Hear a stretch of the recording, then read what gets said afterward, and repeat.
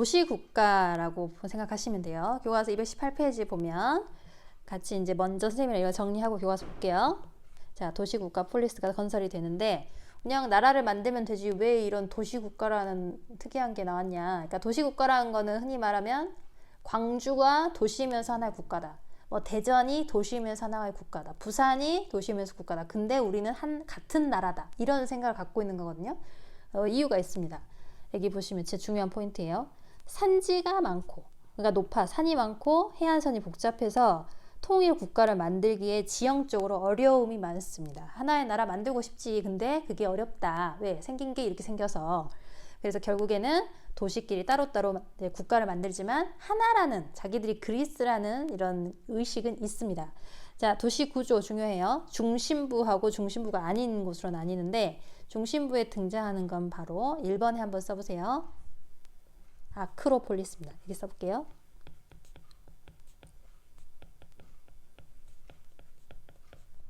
아크로폴리스, 제일 높은 곳, 신전이 있는 곳이에요. 그리고 뭔 일 나면, 전쟁 나면 도망가는 곳이죠. 도망가서 거기에서 피난하는 거예요.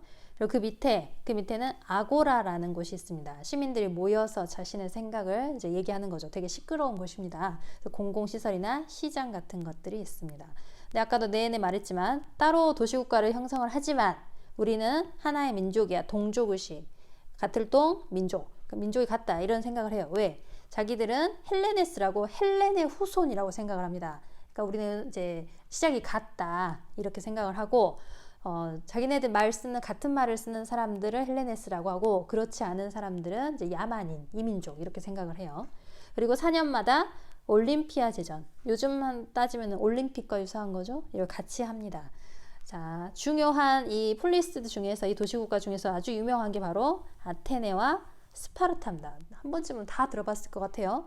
아테네의 경우에는 장사를 잘했습니다. 바다 나가가지고 해외 무역, 장사하는 게 굉장히 잘 되고 스파르타는 땅이 좋아요. 그래서 농업을 합니다. 이렇게 이제 돈을 버는 방식, 먹고 사는 방식이 다르다 그러면은 이제 당연히 아주 다른 모습으로 보이거든요. 일단 보시면 아테네의 경우에는 평민, 보통 사람, 귀족이 아닌 참정권이라는 것은 정치에 참여하는 권리를 말합니다. 그러니까 정치에 참여하는 권리, 평민들이 참정권을 요구하면 그걸 이제 수용해 가는 과정을 보여줍니다. 그래서 2번 보시면 이걸 바로 우리가 지금 하는 거죠. 우리가 하는 거죠. 민주정치. 그래서 아테네 하면 민주정이 제일 유명합니다. 그리고 지난 시간에 아까 했던 페르시아 전쟁. 페르시아 전쟁을 엄청 힘을 모아가지고 물리쳤다 했잖아요. 페르시아를. 그때 중심이 되었던 도시국가가 바로 아테네입니다. 아테네가 중심이 돼서 페르시아 전쟁에서 페르시아를 물리칠 수 있게 돼요. 자, 3번 독재자. 이 민주정치 해야 되는데 막 독재하면 안 되겠죠. 그래서 이 독재자가 될 것 같은 느낌을 주는 애가 있다. 그러면은 쫓아낼 수가 있습니다. 그 제도를 뭐라고 하느냐 써보세요. 도편추방제. 교과서에 있다 있으니까 설명할게요. 도편추방제. 도편추방제는 도자기 파편이라는 뜻입니다. 이 말은 쟤가 독재자가 될 것 같은 느낌을 주고 있어 라는 애를 도편에다가, 그러니까 도자기 파편에다가 그 이름을 써요. 그러면 그 사람의 표가 많이 나왔다. 그러면은 추방할 수가 있습니다. 쫓아내는 거죠. 여러분 여기 진짜 중요합니다. 별표 주세요. 18세 이상의 성년 남자 4번 보시면 뭐라고 쓰냐? 시민. 18세 이상의 성인 남자 그리고 그러면서 시민인 사람, 노예는 안 돼요. 외국인도 안 됩니다. 18세 이상의 성인 남자이고 시민인 사람이 민회, 사람들의 모임에서 직접 참여해서, 중요한 건 직접이라는 겁니다. 직접 참여해서 국가의 중요한 일을 결정하는 거. 요즘으로 따지면 민주정치를 하긴 하는데 요즘 민주정치는 간접 민주정치죠. 여러분 부모님이 국회의원이나 대통령 뽑아놓고 알아서 하게 이제 지지를 해주는 거잖아요. 우리가 직접 국회에 가서 우리가 일을 하진 않잖아요. 우리는 간접 민주정을 하고 있는데 그리스의 경우에는 사람 숫자가 일단 우리 지금 현실보다 굉장히 더 적어요. 적기 때문에 직접적인 민주정치가 가능했던 겁니다. 직접 민주정이에요.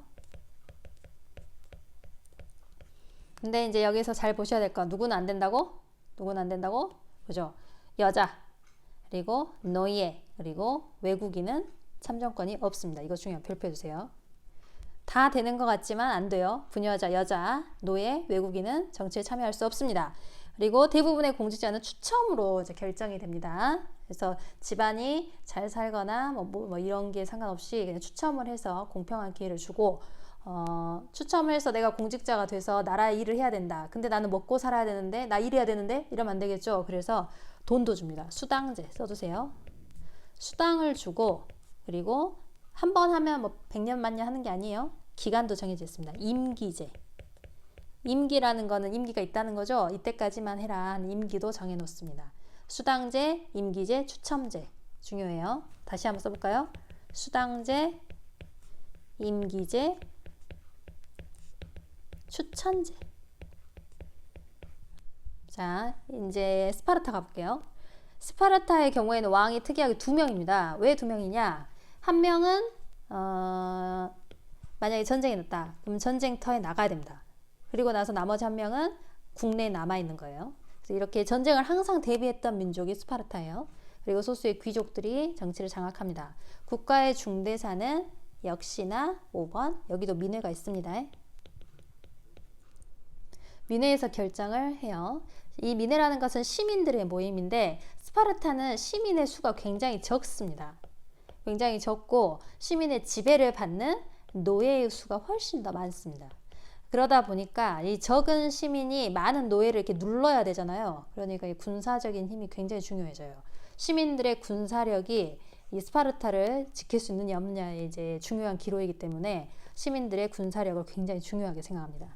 자, 보시면 이 말이 바로 여기 밑에 있는 이거죠. 자국의 시민보다 훨씬 많은 피정복민을 통치하기 위해서 군사제도를 바탕으로 엄격하고 폐쇄적인 사회가 유지가 됩니다.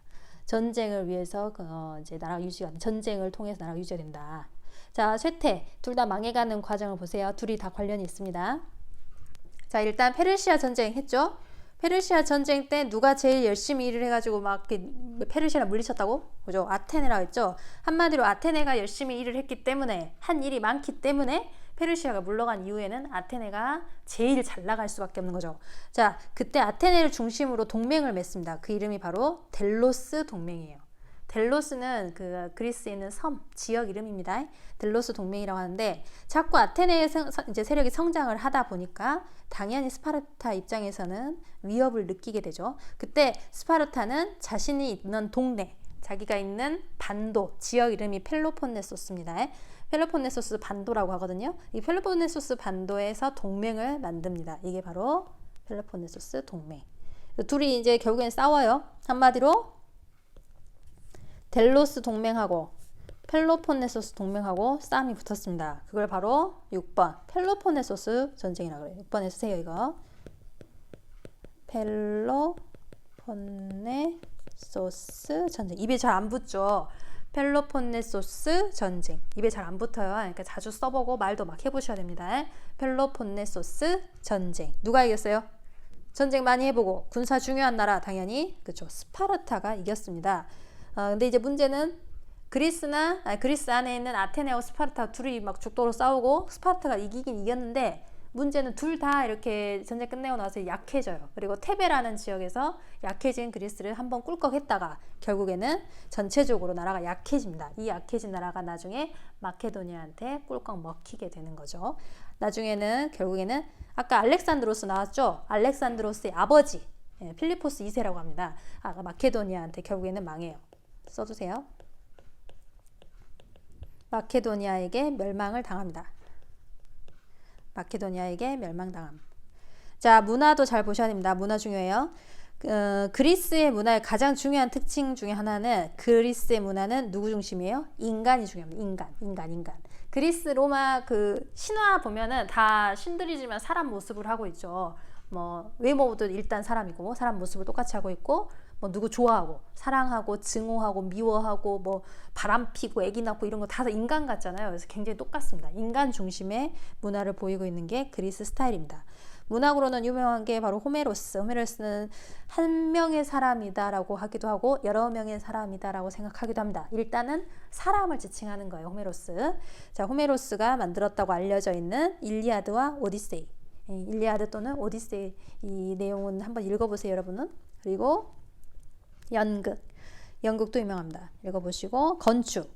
조화와 균형이 굉장히 중요하거든요. 그래서 7번에 보시면 아테네에서 유명한 신전이 있습니다. 교과서에도 나와 있어요. 여기 써주세요. 파르테논 신전. 아크로폴리스에 있는 신전이 파르테논 신전입니다. 아테나, 이 아테네의 수호 여신이 아테나거든요. 이 아테나가 굉장히 크게 엄청 멋있게 금으로 막 이렇게 돼가지고 있었다라고 알려져 있습니다. 여기서 진짜 중요한 것도 철학입니다. 또 그리스 철학하면 유명하죠. 소피스트가 인간 문제를 탐구했대요. 소피스트는 인간에 대해서 관심을 가진 사람들인데 진리라는 거는 때와 장소와 뭐 필요에 따라서 계속 바뀔 수 있다. 계속 바뀔 수 있다. 이게 바로 상대성입니다. 상대성. 상대에 따라서 상황에 따라서 바뀔 수 있는 것. 절대로 바뀌지 않는다. 이런 게 아니고 뭐 바뀔 수도 있어. 이게 바로 상대적이다.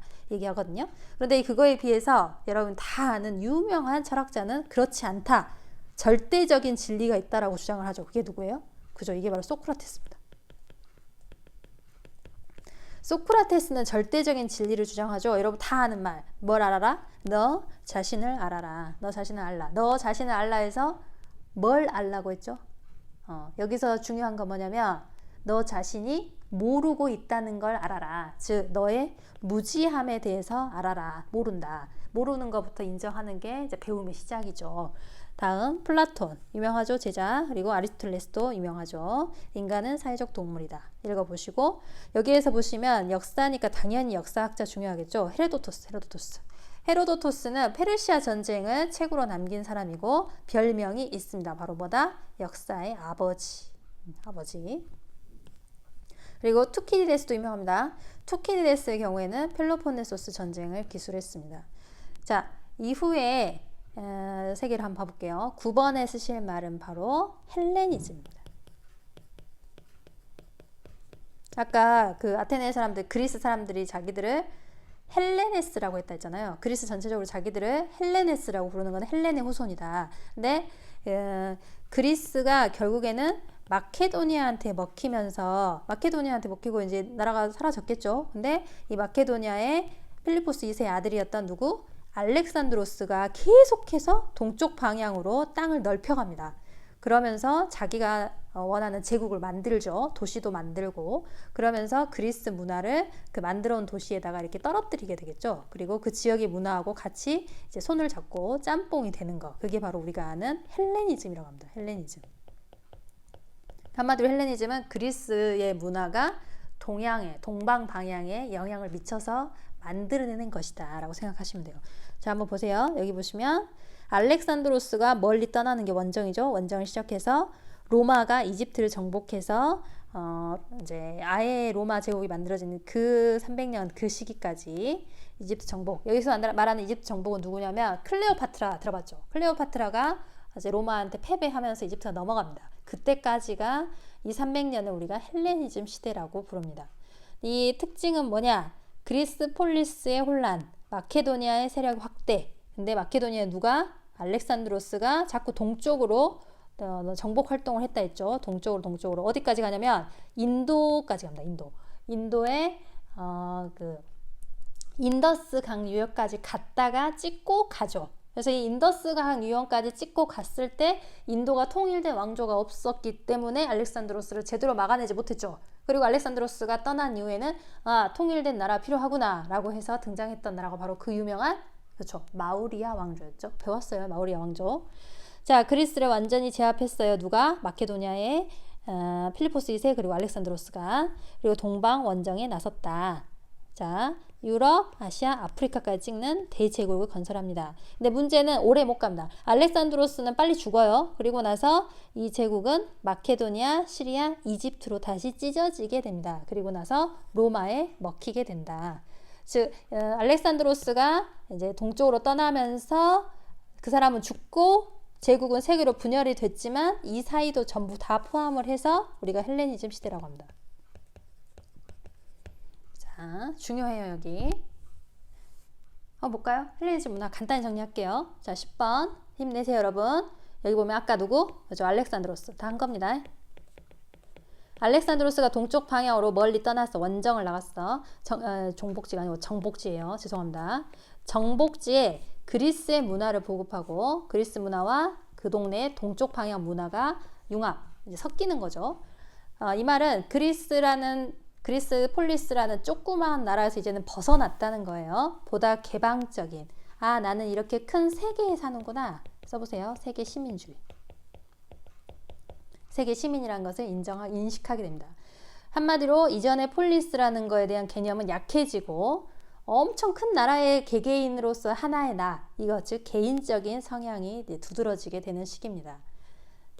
여러분 그 예전에 폴리스에서는 다 알았어요. 누구의 아들인지, 누구의 딸인지, 누구의 조카인지 서로 다 압니다. 근데 큰 나라에선 다 아나요, 여러분? 미국 사람들은 서로 누구 아들이고 딸인지 다 아나요? 모르죠. 그런 거랑 같은 거예요. 그래서 이전에는 다 아는 공동체가 너무 중요해. 폴리스라는 이 지역, 이 땅, 이 도시국가가 너무 중요하지만 이제 거대한 제국이 되면서 나라는 개인이 더 주목을 받게 되는 거죠.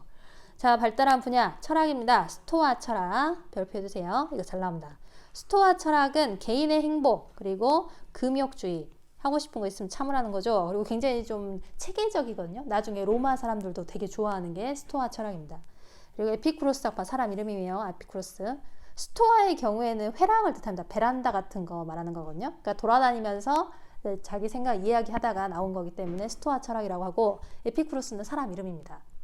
그래서 에피쿠로스라는 사람이 정신적인 쾌락, 이거 중요해요. 여러분 여기 잘 많이 틀리거든요. 쾌락은 쾌락인데 육체적인 쾌락이 아니고 정신적인 쾌락을 중요하게 생각합니다. 그리고 유클리드, 과학 공부한 친구들 들어봤죠? 기하하, 아르키메데스, 이거 목욕하다가 그 부력을 깨우쳐서 유레카했던 그 사람이죠. 에라토스테네스, 아리스타르코스 뭐 이런 사람들 읽어보시고, 예술 가볼까요? 당연히 그리스 문화의 영향을 받았다는 거죠. 그런데 특징이 있습니다. 이거 중요해요. 별표해주세요.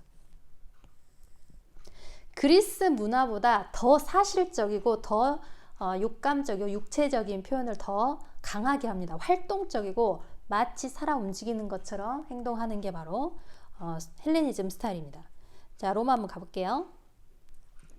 자, 로마는 작은 도시국가였어요. 마찬가지로 이탈리아 반도에. 그런데 여기 12번 보시면 전쟁에서 승리를, 전쟁은 여기 14번이죠. 12번은 뭐라고 쓰냐면 공화정이라고 쓸게요. 공화정. 처음에는 물론 로마도 처음에는 왕이 있었습니다. 근데 왕이 나쁜 짓을 많이 해서 쫓아냈어요. 그리고 나서는 왕이 없이 함께 정치합시다, 함께 잘 지내봅시다 하는 게 공화정입니다. 왕 없어요. 대신 대표는 있겠죠. 그게 바로 두 명의 집정관, 정치를 잡았다 이런 뜻이에요. 그러니까 정권을 잡았다. 그리고 원로원은 감독하는 거예요. 이 사람들이 잘 하는지 감시하는 거. 그리고 일반 사람들, 시민들이 모여있는 게 민회입니다. 그러니까 삼각형이라고 보시면 돼요. 집정관과 원로원과 민회가 이렇게 함께 균형을 잡고 있는 게 공화정입니다. 초기엔 당연히 귀족들이 힘이 좋아요. 그런데 점점 평민들도 자신들한테 힘을 주라고 하겠죠. 자, 그때 평민을 위한 관리가 등장합니다. 이거 안 어렵습니다. 근데 진짜 중요해요. 호민관. 호민관은 무슨 뜻이냐? 관리인데 민을 보호해라 하는 관리입니다. 민을 보호하는 관리, 이런 뜻이에요. 민을 보호하는 관리. 자, 여러분 이 14번부터 다음 시간에 계속 할게요. 여기 지금 로마부터 다시 들어가시면 됩니다. 여러분 오늘 고생했고 계속 이어서 할 텐데 내용이 상당히 어렵고 많습니다. 그러니까 공부 열심히 하시게요. 수고했습니다.